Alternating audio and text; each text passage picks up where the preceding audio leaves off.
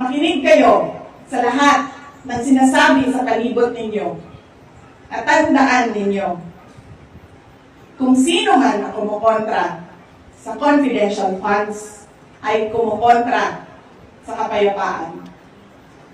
Kung sino ang kumukontra sa kapayapaan ay kalaban ng bayan.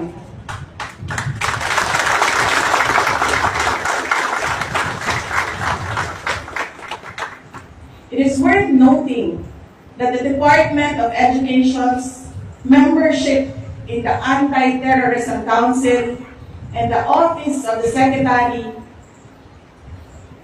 membership in the National Task Force LTAC exemplify the department's unwavering commitment to the protection and well-being of our learners, personnel, and other stakeholders. By actively participating in these crucial bodies, the Department of Education showcases its dedication to addressing security threats and creating a safe learning environment for our future generations.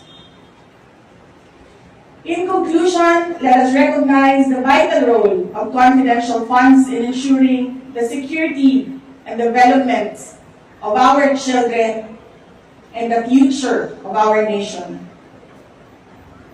We must prioritize peace and order alongside education, as they are the foundation of a prosperous society.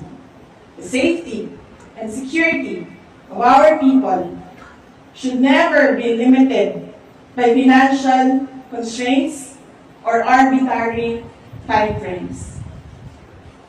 We must stand united against any attack on funds allocated for security and development and for our children, as they threaten the protection and well-being of our citizenry.